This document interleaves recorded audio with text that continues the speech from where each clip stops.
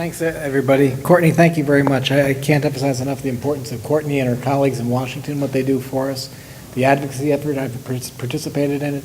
Our legislators, they do listen to us. They care about doctors. They care about patients. We're small compared to a number of other advocacy groups out there, but at the same point in time, they do listen to us. A couple of years ago, you might remember the global issue, okay, that sort of came up and they're going to get rid of the global. Well, I really think STS really pointed that out, that was going to be a major problem. Other surgical societies, okay, then picked up on it, and it was really through legislation, okay, that at least got put on hold. And it's on hold. We don't know what's going to happen to it, but it's on hold. Other things that go on, these calls, BIPSI, I think Courtney was mentioning, well, one of the things for thoracic surgeons was smoking cessation. So right there on the call, it sounds good. Okay, we want our patients to quit smoking. We should be promoting smoking cessation. How they interpret success there is you making sure your patient actually goes to the smoking cessation appointment. That's what they're sort of looking at.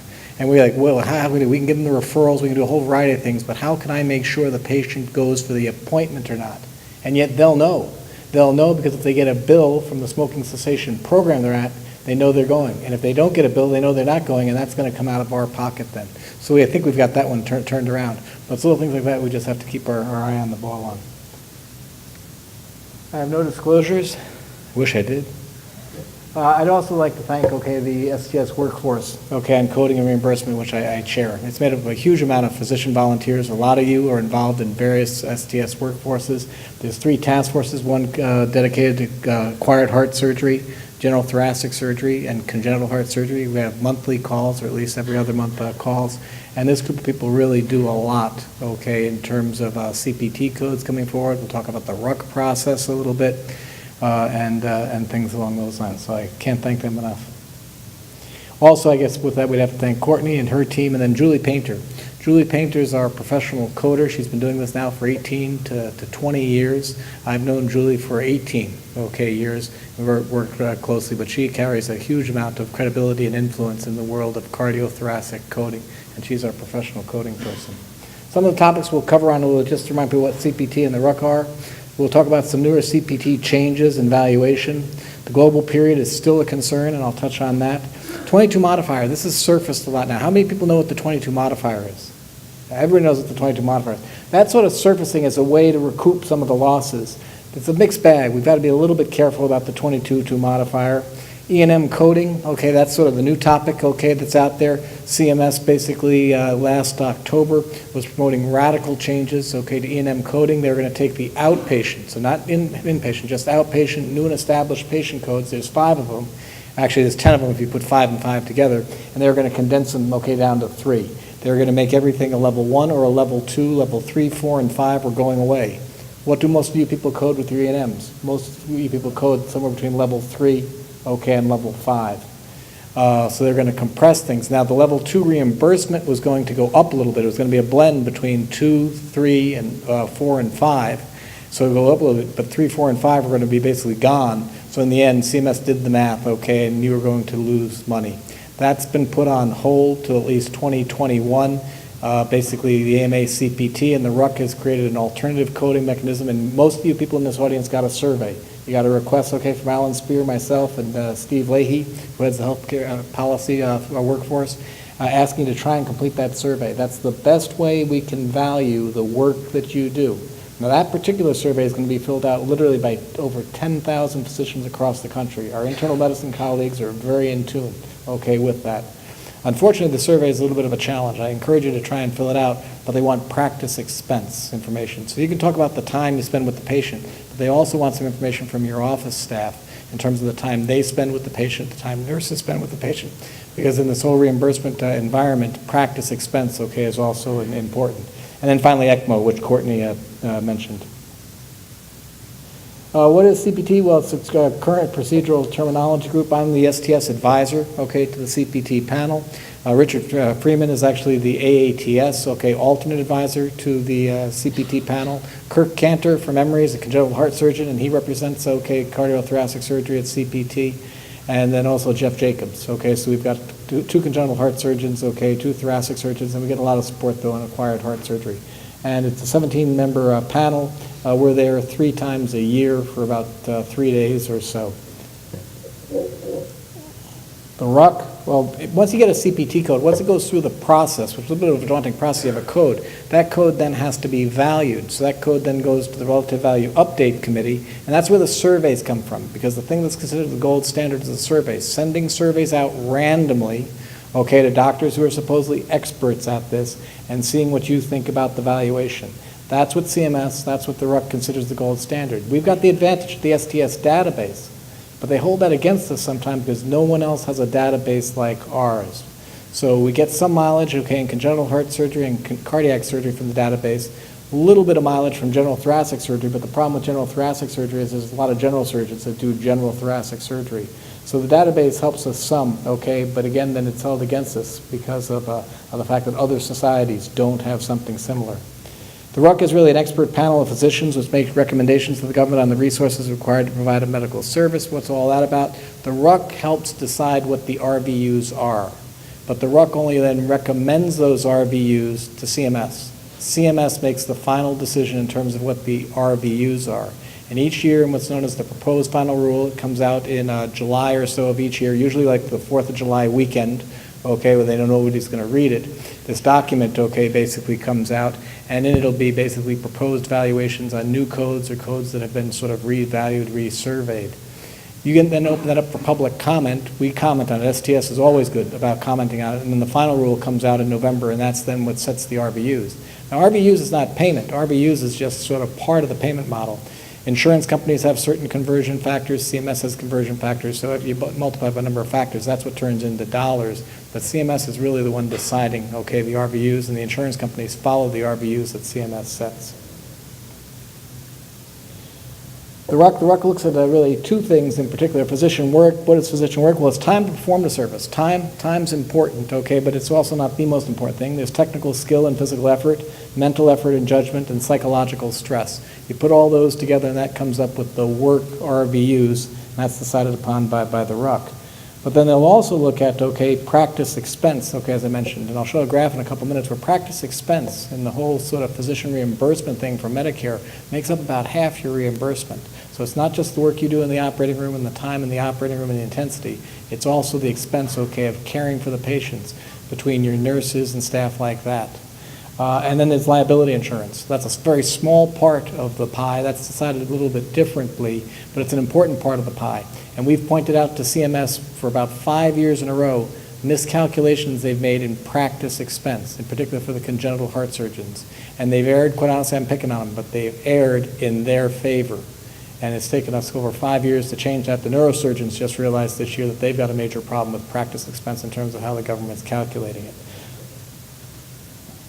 And here's that graph that just sort of shows the pie and practice expense. Here is about 44%, okay, of the reimbursement, okay, that you receive, and physician work is 50%, and then here's liability, 4.3%.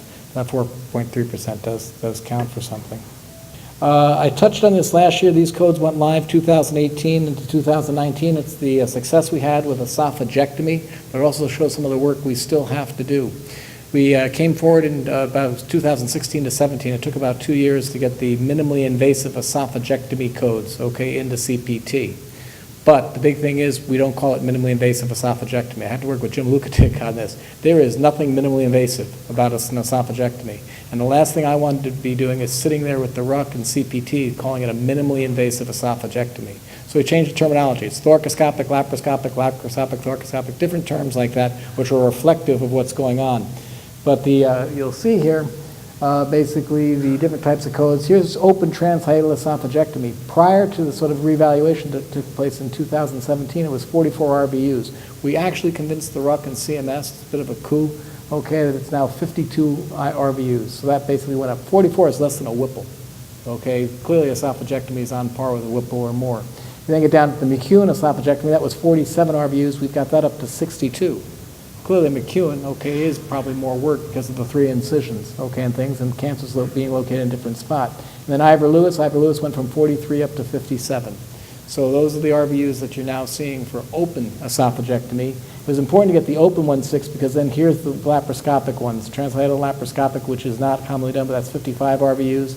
Ivor-Lewis laparoscopic, thoracoscopic 63, McEwen 66.2. So these do get valued higher probably because of some of the intraoperative intensity that went on. It makes some sense, but when you talk about relative values, when you sort of look at these numbers, they sort of flow well. Where do we have a problem? We've got a couple orphan codes sitting out there, and that's what we're going to work on in the next 2 years. Here's reconstruction after an exclusion. The operation's okay that I did, that Shanda does. Shanda loves doing these things. Shanda's only getting about 40 RVUs, okay, for that, and that just doesn't make sense. So we're going to work, okay, on that, and these other codes now with higher RVUs are going to help us, okay, do that. Exclusion with small bowel or colon, 45 RVUs. It's a lot easier to bring the stomach up, okay, than the small bowel or the colon, but that's where we stand, and we will work on this. Short global periods. These are just some tips, okay, for people. We actually run, I'm the sort of course director along with Julie Painter and Courtney for the STS coding workshop. I mean, we spend 2.5 days, okay, going through this with both physicians who want to attend and coders. So this is just a whirlwind trip. But there's a lot of things that have 0-day globals, okay, basically meaning that you don't bill it for anything but the procedure on the day of the procedure, but the day before you can bill, the day after, okay, you can bill. You'll see tracheostomy there. Now, the reality is if you're doing a trach, the procedure that led to the tracheostomy is probably under a 90-day global, but if you happen to just be doing a tracheostomy, it's a 0-day global. You basically bill for the tracheostomy the day you do it, and then the days after that you see the patient, okay, you can bill a separate E&M code for. The thing I really want to point out is things like the indwelling pleural catheter, Pleurex catheter or the Aspira catheter. Those are 0-day globals. So when you're seeing the patient's back in the days after that, that's billable through an E&M. Most importantly is the diagnostic VATS codes. When you're doing VATS, okay, biopsies for basically people with infiltrates or small nodules, if it's a diagnostic, not therapeutic, but diagnostic, those are 0-day globals.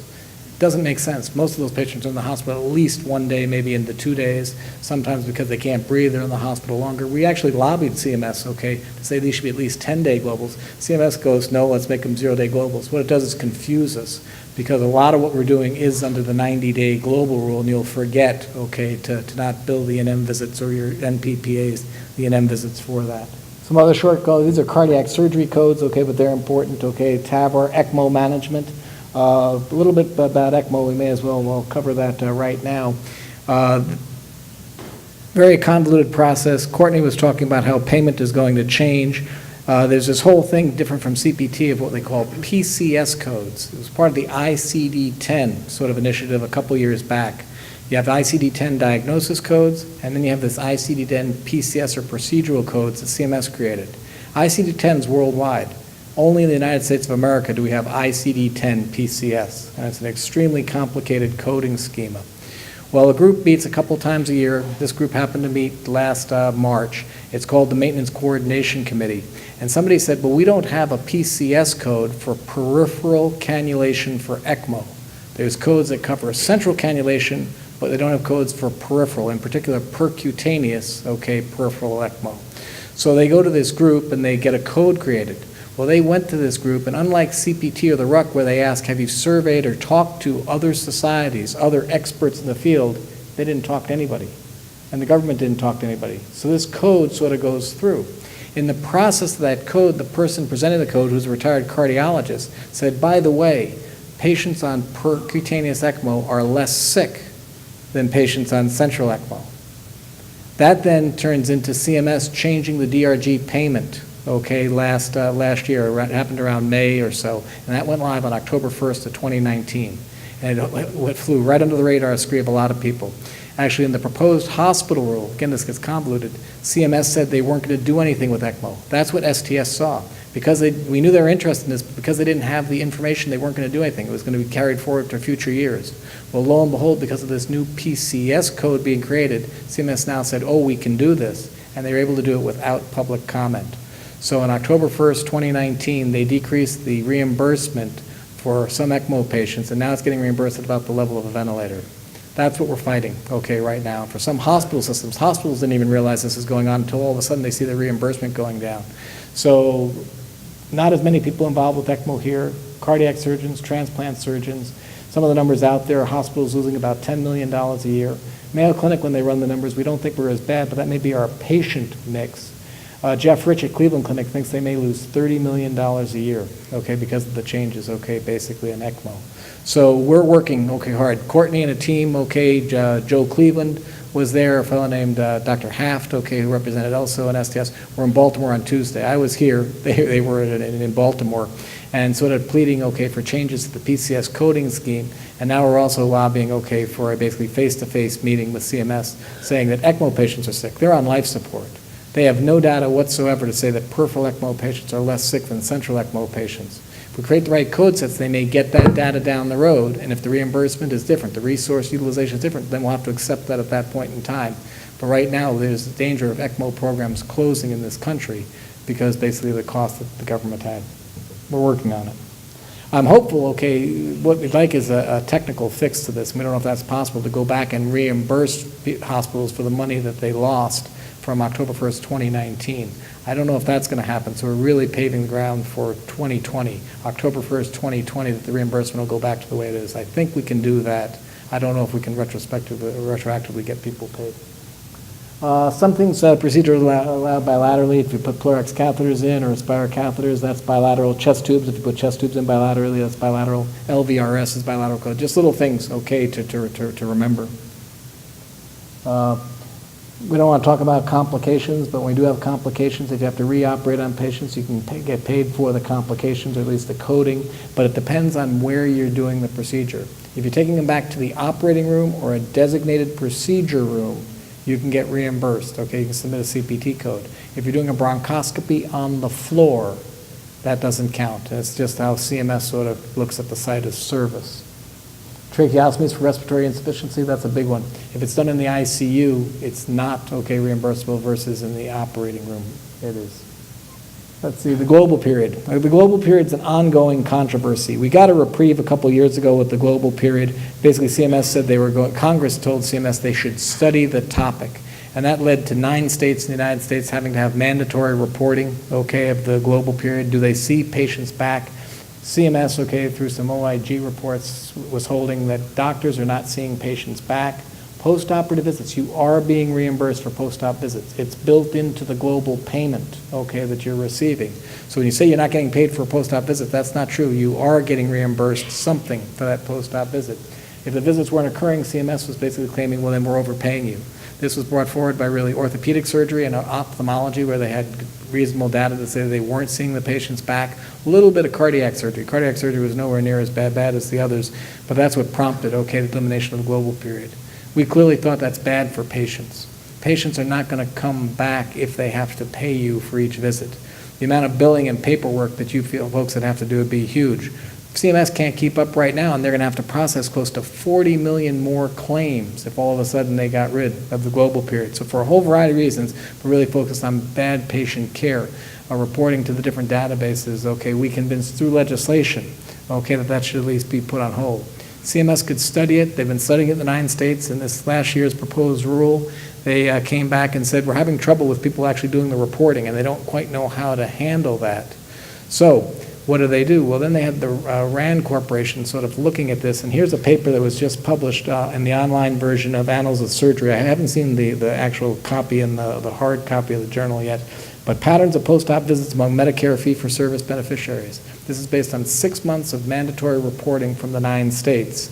And the conclusion, okay, was we found that few procedures with 10-day global periods had any post-op visits, and that procedures with 90-day global periods had fewer than half of the number of visits. This suggests the need for reevaluation of surgical procedures with bundled post-op visits. So this is still a real topic, and we're going to have to deal with this. The number of flaws with the study in terms of they only looked at 6 months, okay, of data. What they are saying here is, again, look at cardiac and thoracic surgery. We see a lot of our patients back once, okay, and we're actually close to about 78% of the time seeing patients back once. It's for 2 or 3 visits, okay, where we start to fall off, and that's where most specialties, okay, fall off. And again, you would know. I mean, I have to be looking at a special database to say that, gee, for esophageal gastrectomy, that has about 5 visits built into it. But that's what you told us in the survey. You said it's about 5 visits, which makes sense and it's about right. But if you only see people for 3, CMS saying, oh, wait a minute, okay, we're overpaying. But this is a hot topic, and we will be right on top of it. The 22 modifier. 22 modifier is sort of getting pushed by a lot of institutions now. What is the 22 modifier? It's increased services, meaning physician work is substantially greater than typically required. Your documentation's got to support the 22 modifier. And that documentation's not just time, but but its intensity, the technical difficulty, the severity of the patient condition, and also the physical or mental effort required. So you have to have some reference, not to each and every one of those things, but how is the operation you're doing substantially different than the typical operation, okay, that you do. And that's just another way of putting that. So what we propose, okay, at the coding workshop is this case was substantially more difficult than usual. They're the buzzwords, because, and then you sort of list, okay, the things that make this different.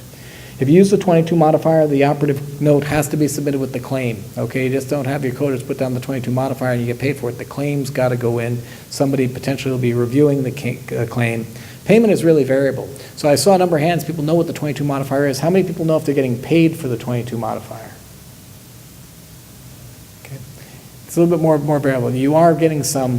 Private insurance probably pays some. Medicare, very variable. How much are you getting paid? Well, basically, the industry standard is about 17 to 20%.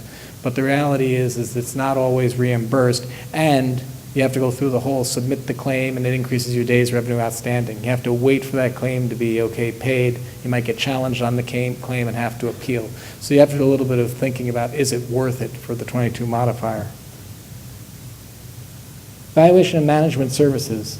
That's sort of the hot topic, okay, right now. I talked about how the services are basically going to be condensed. And CMS wanted to do this. They wanted it to go live January 1 of basically 2019. They were only telling people in October this was a real thing. Actually, I guess it was in the proposed rule. It was in the proposed rule last May, so you'd have had from May to January to get ready for this. And that's where a big effort was made to say, we just weren't ready. You just wouldn't be able to do it. The whole idea of condensing codes, okay, down to 2 codes from 5 codes didn't make sense. They came up with, it's supposed to simplify your billing. You're still going to have to do all the documentation. And they also came up with all these little add-on codes to sort of pacify groups, okay, particularly like neurosurgery, oncology, that do have higher level visits. They're going to be add-on codes they could use to boost their payment. So it really wasn't going to simplify anything, and I think was flawed. So what happened, CPT and the RUC, okay, did get together, and they proposed an alternative proposal that's on a fast track. We have to get this done, okay, before CMS does what's in the rule right now for 2021. And that's why you've got the survey. It's a very tight window. You only have usually about 3 weeks to complete these surveys. So I encourage you to seriously consider, okay, completing the survey. That'll then get evaluated by STS, and then that will go to the RUC for formal evaluation in April of this year. The doctors on the RUC, okay, are supposed to be members of the RUC independent, not representing just their specialty. That being said, STS is held in pretty high esteem, okay, at the RUC. And again, Peter Smith, actually, who's a cardiac surgeon from Duke, and chair of cardiac, is actually chair of the RUC. So to actually think that he got, okay, elevated to the chair spot is really saying something, okay, about STS and the credibility we have. But he's there representing, okay, basically the RUC. And then you saw how basically E&M does make up, okay, a part, and practice expense. The practice expense is the challenge, okay? I mean, I'd have no idea how many minutes my nurse spends doing things, okay, when I'm off seeing a patient. So that's the challenge, is trying to work with your office staff to understand that. Oh, a couple other things that the CMS did do this year that was helpful. For the E&M codes, they didn't change, but if your office staff or somebody in your staff does the chief complaint and the history, you no longer have to reduplicate that. You can verify and reference that work, okay, in your notes. There's a little bit of a savings. If you've seen a patient before and have a note, you do not have to create a whole note. You can refer back to your previous note. This will help a little bit when you have to do a pre-op note, okay, right away before the operation. You can't just, okay, say I saw the patient before. You do have to refer back to and verify that what was true then is still true now, but it is a little bit of an administrative savings. There's also some things like some discharge codes here. And if people have questions, with Julie, we're trying to get a newsletter together to send things out. But on the day of discharge for the zero-day globals, your staff, your NP, PA, probably spends more patients discharging the patient because of the med reconciliation and all those things. So instead of just billing a regular E&M, they can use these 2 codes, 99238 or 99239, and you get a slight boost, okay, on the E&M reimbursement. And there's also some prolonged service codes that the medicine doctors are interested in. The problem with those codes is it's at least 30 minutes to an hour to 30 minutes, okay, till you actually get the extra reimbursements. That probably doesn't apply to a lot of what we do. Last thing, I heard in the last talk, and I apologize that I didn't get to the podium quicker. I heard from Lynx, and I was a fan of Lynx, okay, at Mayo Clinic. I mean, I think it really had some potential. It has met with insurance problems across the country. At least in the state of Minnesota, Blue Cross Blue Shield of Minnesota does not pay for Lynx. Health Partners, which is a big plan, does not pay for Lynx. Mayo Clinic Health Insurance doesn't pay okay for Lynx. And the NGS, National Government Services, which is our regional Medicare carrier, has basically said that they deem Lynx, okay, still investigational, even though it's got CPT codes now. So we really pretty much just got held back by the fact that there's no reimbursement. There is an issue going on there. In the CPT code, and I was there when the CPT code was corrected and we went through the RUC, the CPT code clearly says for Lynx, do not report with, and it lists paraesophageal hernias. And that might change, but when the Lynx codes got brought forward, okay, hiatal hernias greater than 3 centimeters was a contraindication. Paraesophageal hernias, okay, was a contraindication. So that's where the code was brought forward. They're new codes, so by way of the fact that they're new technology, new codes, they will have to get reanalyzed in 3 years. So we've got about 1 more year to go. At that point in time, if the literature will support Lynx and paraesophageal hernias, we'll bring forward another CPT code. We'll bring forward a CPT code as paraesophageal hernias and Lynx. But you just have to be careful, and this is a physician that I'm working with right now who has some problems. He was coding hiatal hernias with Lynx, and basically the insurance company is now turning around saying, whoa, foul. The patients basically are getting the bill then for Lynx, and with the hospitals, what might happen, if you use the paraesophageal hernia code, it'll slip through. Paraesophageal hernias is with fundoplication if performed, because not everyone has a fundoplication performed. You put the Lynx necklace in, you get billed for the paraesophageal hernia, but the hospital doesn't get reimbursed for the Lynx necklace, and that's where the problem is. The Lynx necklace is $5,500. So be cautious, and I'm sorry that the team that presented that wasn't here, because I would have brought it up, but I feel obligated, because SDS has been talking about it. We've been talking with the American College of Surgeons and SAGES, okay, on that. So you just have to be cautious in the coding for Lynx. And that's a whirlwind tour of CPT and the RUC, so thank you.